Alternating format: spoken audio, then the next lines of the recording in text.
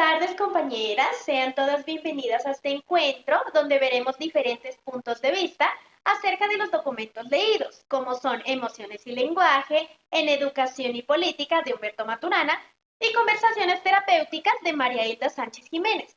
Eso sí, respetando la palabra y el turno de cada uno.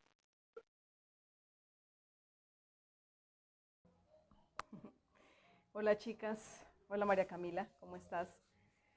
Pues, saben, les cuento que las lecturas me parecieron muy interesantes. Por ejemplo, del libro Emociones y lenguaje, hay una cosa que me gustó mucho y es el tema de explicar versus la experiencia. Bueno, yo la llamo así porque es como una forma de apropiarme del concepto y además porque me recuerdo de un adagio popular que dice que cada uno cuenta de la fiesta como le fue en ella. Y yo pienso honestamente que los hechos, que las situaciones o incluso los eventos, bueno, todo, nosotros solemos explicarlo pues desde nuestra experiencia, o sea, es como si tuviéramos unos lentes para ver la realidad y pues que depende de las estructuras o los patrones de pensamiento, esa interpretación que hacemos de esa realidad. Y pues obviamente asumiendo que el lenguaje es una herramienta, es un sistema simbólico que dominamos y que es una herramienta que nos permite explicar las cosas. Mm, entonces, como esto está mediado por la forma como nosotros hemos interpretado las cosas en el pasado, también depende de la aceptación que tengan los demás, porque yo puedo venir aquí a contarles a ustedes algo y depende de que si ustedes aceptan lo que yo les estoy diciendo eh, sin reparo o simplemente van a decir, no, Carolina, o sea, ¿qué te pasa? Y bueno, honestamente a mí me gusta que me den la razón, me gusta tener la razón, pero este fue un aspecto que me gustó mucho, el tema del explicar versus la experiencia. Uh -huh. Sí, compañera Carolina. El lenguaje es la capacidad que tienen las personas de entrar en relación de acuerdo al contexto en el que se desenvuelven. Resulta interesante comprender cómo esta dinámica se da por medio de un concepto que se conoce como juegos de lenguaje. El poder expresarse es un regalo inherente a la propia existencia y permite la creación de vínculos que día a día se afianzan y permiten a las personas interactuar de acuerdo a su propia existencia y vivencia, las cuales se van desarrollando con los años, permitiendo a los individuos desde niños, desde que son pequeños, aprender y transmitir ese aprendizaje que se va desenvolviendo de manera especial de acuerdo a la construcción que se percibe y se logra por medio de las propias vivencias, como ya hemos dicho, compañeras.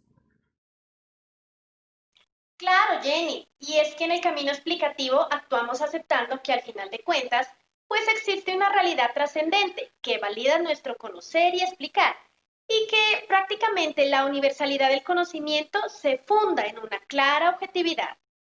Sí, María. En el camino explicativo de la objetividad sin paréntesis actuamos como si lo que decimos fuese válido en función de referencia a algo que es independiente de nosotras. Y si lo que decimos es válido es porque es objetivo y no porque sea yo quien lo dice. Y es porque es la realidad, son los datos que lo respaldan, no yo los responsables de que lo que yo diga sea válido. A diferencia de la objetividad entre paréntesis, donde el observador se encuentra a sí mismo como el generador de toda la realidad a través de sus operaciones de distinción en su praxis del vivir. Pasa a formar parte de la experiencia vivida y que pueden usar una u otra validación de la realidad. El observador que sigue este camino se da cuenta que vive en un multiuniverso y que es este un desacuerdo explicativo en una invitación a la reflexión responsable en coexistencia y no una negación irresponsable del otro. Exactamente, Lucerito, y es que la reflexión se hace mediante el lenguaje, y el lenguaje se constituye cuando se incorpora al vivir como modo de vivir. Y pues este fluir en coordinaciones conductuales sirven en la convivencia como resultado de ella. Es decir, cuando todas las coordinaciones conductuales son prácticamente consensuales. Bueno, María Camila, También es importante mencionar que el instrumento que delimita la expresión de nuestra corporalidad es un punto interesante en la objetividad, sin paréntesis, porque es quien nos impone limitaciones en la expresión de nuestro ser racional. En cambio, en la objetividad entre paréntesis, el cuerpo nos posibilita, porque no solo hablamos con palabras, con gestos, con movimientos, con postura, y creo que impacta más en el ser humano. Compañeras, ¿saben? Definitivamente estoy de acuerdo con Humberto Maturana, con lo que resalta del lenguaje, la corporalidad, con esto de la objetividad con y sin paréntesis. Pero antes de que se nos pase el tiempo, yo quiero mencionar algo que me pareció muy importante, que me llamó mucho la atención acerca de las relaciones humanas y la convivencia, y que estas dependen en gran manera de la forma como nosotros manejamos las emociones. Es que, bueno, les confieso que el tema de las emociones a mí me gusta mucho. Es un tema que me gusta mucho porque las emociones pues no son meramente reacciones fisiológicas o respuestas del cuerpo que pasan y ya, sino que también inciden directamente en el comportamiento de las personas. Y creo que en el ámbito político esto ha sido como muy evidente. Bueno, yo les cuento, trabajo en la alcaldía del municipio de Pitalito y bueno, gracias a Dios que soy de planta, porque realmente estar de contrato es un karma, porque el tema de la política se mueve como con unas posturas, ¿cierto?, que según mi apreciación son inamovibles, es decir, que se realizan esos planteamientos de ellos allá, y no solamente de aquí del municipio, sino de todos los entes gubernamentales, donde ellos realizan esos planteamientos de la objetividad sin paréntesis, y sus posturas son inamovibles, es decir, pareciera que no tienen calidez, y a veces percibo que están como más llenos de un absurdo deseo de tener la razón. Bueno, yo también a veces quiero tener la razón, pero no así tan radical, y a ellos no les importa el costo. Y finalmente, ¿quién es el pagano? Pues nosotros, que somos el pueblo. Carolina, en la vida cotidiana se habla mediante códigos sociolingüísticos que a su vez se han aprendido socialmente, cómo se llega a comprender los propios códigos. Si la intención es la comprensión, es lo que tú dices, cómo se escucha, yo digo, yo creo, la persona crea una interpretación que es articulada e influenciada por el proceso de aprendizaje particular y social, pero el chiste está en llegar a un acuerdo entre los hablantes y que se sientan escuchadas las diferentes voces. Exactamente, Jacqueline. Pero además quisiera agregar algo. Y es que aquí entra un punto importante, el cual es el arte de la terapia, que se centra en llegar a un acuerdo entre los hablantes para juntar las percepciones en otra percepción, en la cual las distintas voces, es decir, cada uno de los consultantes, sientan que han sido escuchados y de alguna manera articulados. Un código sociolingüístico es el resultado de una ruta de codificaciones organizadas en las interacciones y los significados aprendidos entre los sujetos. Podemos ver cómo en el marco de una diversidad de sucesos que están dentro de los contextos, relaciones, bien sea familia, bien sea pareja, bien sea amigos, trabajo, etc. Asimismo, cada señal sociolingüística, o sea, cada código que acompaña la conversación, las historias pasadas, presentes y futuras se integran en un proceso comunicativo o como nosotros llamamos, narraciones en un tiempo procesal. Esas narraciones que se viven entre los contextos interactivos. Uy, sí, es muy interesante. Fíjense cómo la autora del documento, esta señora Hilda, señala la conversación terapéutica como un arte que se construye en un espacio, y me pareció genial porque es que, miren, el espacio terapéutico no es solamente un espacio agradable, sino que es un espacio donde muchas veces hay tensión, hay temor, hay tristeza, y es allí donde se nutre, ¿cierto?, esa realidad de historias de vida, de experiencias, incluso hasta de las que no son agradables. Me parece que ese espacio es precisamente donde surgen nuevas historias a través de lo que se denomina el juego sociolingüístico, y donde preguntas van, respuestas vienen, y esto a su vez va hilando transformaciones que obviamente pues se dan en medio del respeto, pero uy, me pareció genial, genial como lo expone la señora Hilda. Claro, y es que aquí cobra relevancia los juegos del lenguaje, como construcciones socioculturales permanentes, en donde emergen las múltiples percepciones del mundo, que claro está, en cada persona es diferente, porque está asociado a las propias formas de vida construidas en cada una de sus relaciones.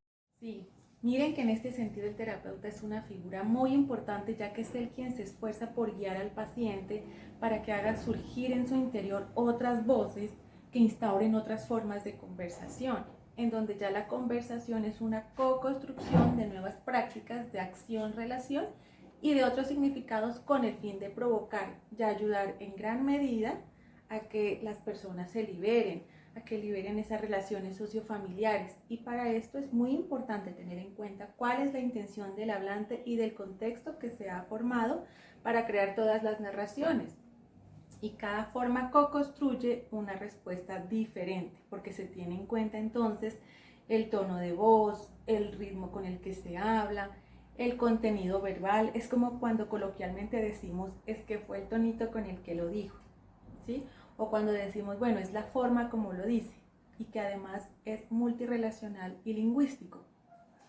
Oigan, a mí me parece muy chévere estos conceptos que hemos aprendido en las lecturas de Maturana y Sánchez.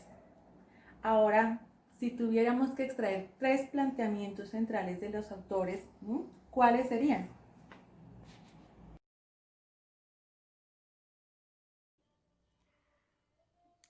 Pues Lucerito, para mí un planteamiento muy importante de la lectura de María Hilda Sánchez es que las conversaciones terapéuticas en definitiva son transformadoras. O sea,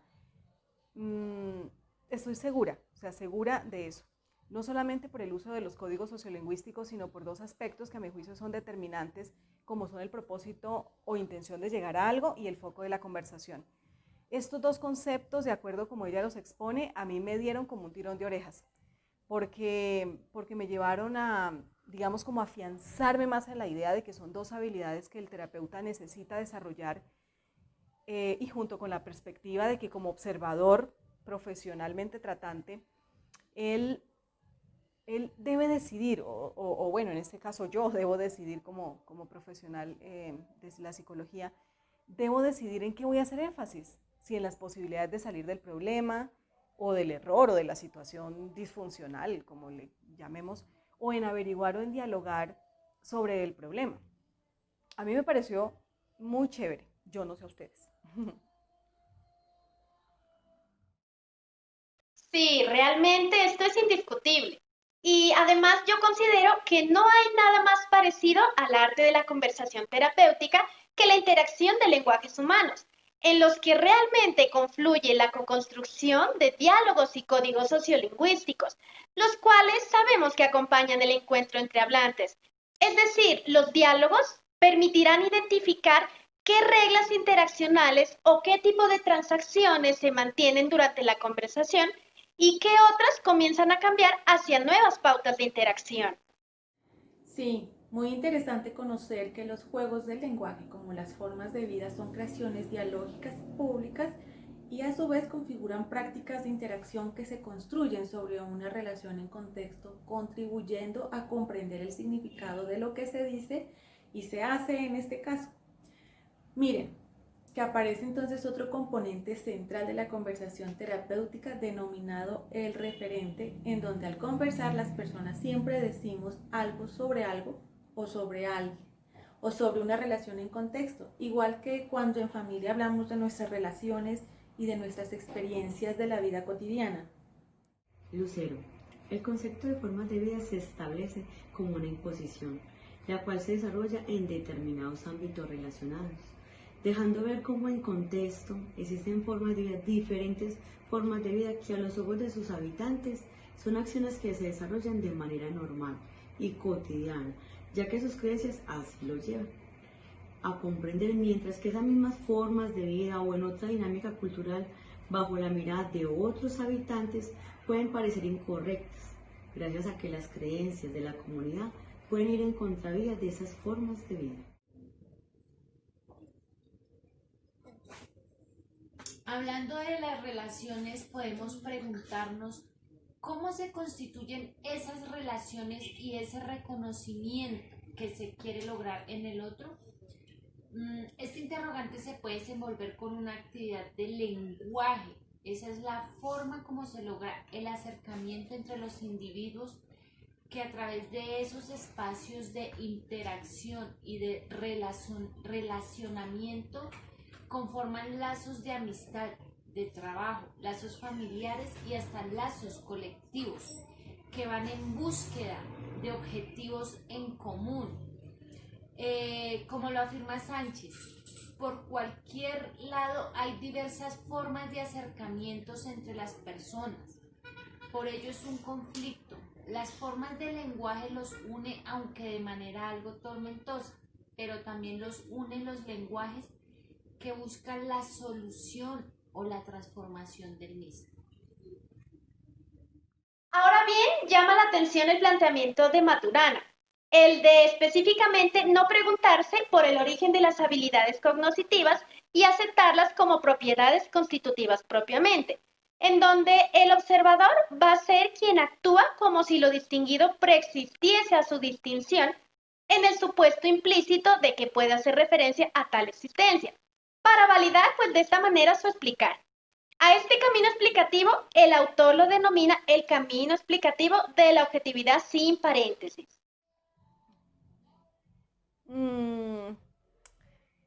Pues mire, María Camila, yo sigo apostándole al tema de las emociones. Y en este caso, Maturana plantea dos emociones prelenguaje. Para que haya una historia de interacciones recurrentes, en este caso él plantea el tema del rechazo y el amor, y la forma como lo experimentamos nos aleja o nos acerca al otro o a la otra en la convivencia. De acuerdo con las interacciones recurrentes que niegan al otro como legítimo, yo lo comparo como cuando el caminito como que se va cerrando hasta que se borra el sendero hacia el otro, ¿cierto? Bueno, lo digo porque pues pasé la mitad de esta vida en la selva. Pero en cambio, las interacciones de amor hacen que el camino, si de tanto pasar sobre él, pues se vayan como aperturando, como abriendo, como ampliando para la aceptación y la convivencia. Por eso siempre he dicho que el amor no es un sentimiento o es una simple emoción como reacción fisiológica. Yo siempre he dicho o he considerado que el amor es una decisión y esa decisión involucra acciones diarias. O sea, definitivamente. Porque a uno le pueden decir cosas y todo muy bonito y pueden pintar pajaritos de oro. Pero todo se ve en las acciones que ejecuta ese otro para demostrarme ese amor. A mí me gustó esto de la razón se funda siempre en premisas aceptadas a priori. La aceptación a priori de las premisas que constituyen un dominio racional pertenece al dominio de la emoción y no al dominio de la razón. Entonces, cuando nos encontramos en una conversación supuestamente racional, se producen dos tipos de discrepancias: las discrepancias lógicas y las discrepancias ideológicas. Las discrepancias lógicas que surgen cuando uno de los participantes en la conversación comete un error en la aplicación de las coherencias operacionales que definen el dominio racional en que se da. Y las discrepancias ideológicas que surgen cuando los participantes en la conversación altercan desde distintos dominios racionales como si estuviesen en el mismo. Otro planteamiento sería que el lenguaje nos aparece como un sistema simbólico que nos permite comunicarnos sobre los objetos que nos rodean, como si esos fuesen entes que existen con independencia de nosotros. Bueno, compañera, finalmente creo que otro planteamiento que resultaría interesante mencionar en este espacio es cómo el ser individual es importante en cualquier contexto. El reconocimiento del otro permite darle fuerza a la interacción social. Esta se convierte en la razón de ser de una comunidad, que a su vez permite una construcción de convivencia a través de la cual cada ser puede ocupar un espacio y por medio de su pensamiento, de su actuación, de su sentir, día a día, eso es lo que constituye el cambio y ese cambio es lo que ha permitido que haya un avance en unos procesos históricos en las sociedades. Compañeras, les comento que reflexionando en las dos lecturas, logré encontrar que los autores convergen en algunos postulados, como por ejemplo, en la importancia del lenguaje gestual, la expresión corporal, el observar el curso que siguen las interacciones. Lo humano existe en el proceso del conversar, que es un modo de convivir. Sin duda lo humano implica una corporalidad, pero no es la corporalidad lo que nos hace humanos, sino el modo como convivimos con esa corporalidad. Y es a través del lenguaje que existimos y emergemos como humanos, como colaboradores, solidarios y respetuosos hacia los demás y hacia nosotras mismas, sin temor a quedar ignorados en la interacción afectiva y emocional. Entonces, no es el cerebro ni los genes lo que determina nuestra conducta, sino el proceso de conversar mediante la interacción entre el lenguaje y las emociones. Bueno, realmente se pueden identificar, según los postulados de los autores, que los sujetos en las prácticas de interacción crean códigos sociolingüísticos y estos se consolidan como formas de percibir el mundo y de igualmente de narrarlo. Por ejemplo, cuando una persona expresa algún problema, es decir, estoy muy preocupada por el consumo de droga de mi hijo o tengo cierta dificultad de relacionarme con mi mamá, con mi hermana, con algún miembro de mi familia. Cada problema es expresado y se va a colocar entre paréntesis como una versión de una propia realidad local, es decir, como una perspectiva entre muchas de las que están presentes, lo que no va a invalidar la expresión dada. Por el contrario, cada expresión se va a conectar con las formas de relacionarse, pero también con el mundo y a los sujetos con quienes interactúan.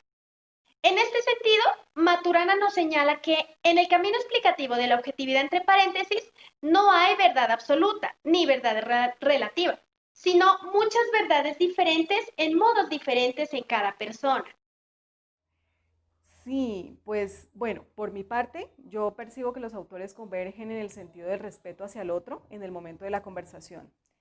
Porque es que en ese intercambio de lenguajes nutridos, como les decía yo pues hace rato, por las historias de vida, las actividades de las vivencias de cada uno, siempre hay un cambio posterior a las conversaciones. Y es que eso es como magia. Bueno, puede que me excomulguen por lo que estoy diciendo, pero es que eso es mágico. Es decir, de hecho, Sánchez lo plantea así, o sea, lo que nace en el encuentro de voces, de diálogos y de las múltiples percepciones del mundo. Ahora, si lo ponemos en palabras de Maturana, es como decir que lo que nosotros explicamos es siempre una experiencia. Por eso la persona que nos está explicando nos describe lo que tenemos que hacer nosotros para tener la experiencia que él quiere explicar. Y bueno, sí, parece un trabalenguas, pero realmente, bueno, yo creo que por eso fue que me tocó leer varias veces el texto de Maturana, porque me estaba como enredando, pero finalmente comprendí eso y me pareció que en ese punto convergen los dos autores, en la transformación que se tiene a través del lenguaje en ese momento terapéutico, no solamente como momento y no solamente como un espacio donde se comparten lenguajes o historias, sino que sin lugar a dudas hay una influencia del uno en el otro.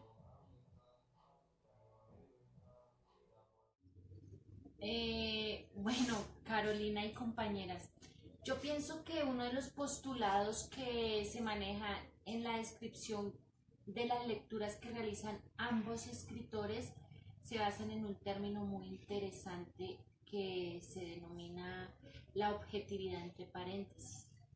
Esa objetividad entre paréntesis es un concepto que abre un espacio de verdad individual que se maneja de acuerdo al contexto y de acuerdo al espacio histórico por el cual el individuo se encuentra atravesando. Personalmente, encontrar que mi opinión es tan válida como la del otro me ha permitido creer en una verdadera construcción, esa que se hace sin imposiciones lingüísticas, sin imposiciones históricas, en donde el pensar permite avanzar. El respeto por el otro se deja ver en el momento en que aquella circunstancia por la cual se ha generado un momento de tensión tiene un valor y una realidad que aunque aparentemente para mí pueda ser insignificante o no pueda tener ningún valor, para la otra persona puede ser algo muy importante. Y es ese momento en donde se puede encontrar un desequilibrio, porque existe algo que afecta a ese individuo. Y es ahí donde se afectará la relación de interacción del sujeto con las personas que se encuentran a su alrededor. Eso es lo que se evidencia en las lecturas. Por lo anterior, tanto Sánchez como Maturana nos hablan de una objetividad entre paréntesis que puede llegar a ser una puerta de aceptación de diferentes verdades individuales, que como ya se había indicado, tienen la misma validez y arranca de esas experiencias propias, que son las que validan el actuar individual en el contexto en el que se desenvuelva.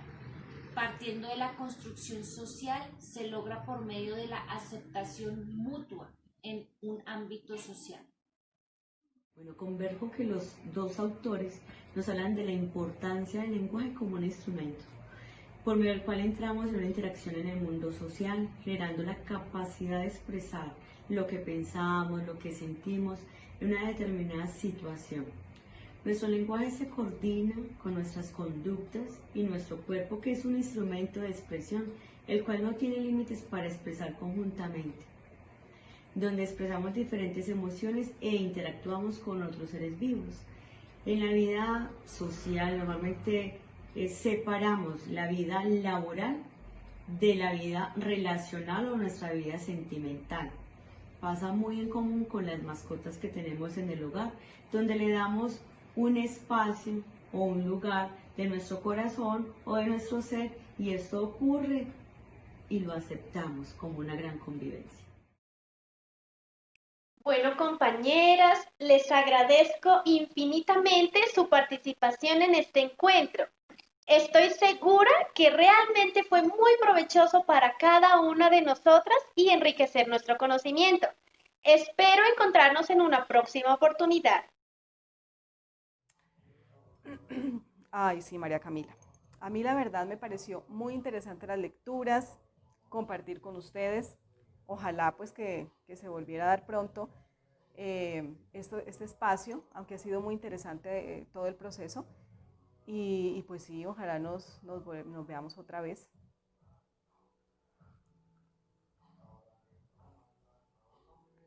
Ay, qué rico. Compañeras y profesionales de cada una de sus diferentes áreas, quiero agradecerles por esta gran oportunidad que nos permite la vida de entendernos, de comprendernos y de interactuar desde una experiencia lingüística, porque tiene que ver de nuestro lenguaje, e interactuando cada día a nivel de procesos, de oportunidades, que nos va a ayudar a compartir con nuestra experiencia profesional. Muchísimas gracias y hasta otra nueva oportunidad. Compañeras, pues me encantó tenerlas aquí en mi casa compartiendo este cafecito, en esta tertulia. Espero que nos volvamos a ver nuevamente muy pronto. Que les vaya muy bien. Carolina, María Camila, muchas gracias. Lucero, muchísimas gracias. Jacqueline, muchas gracias.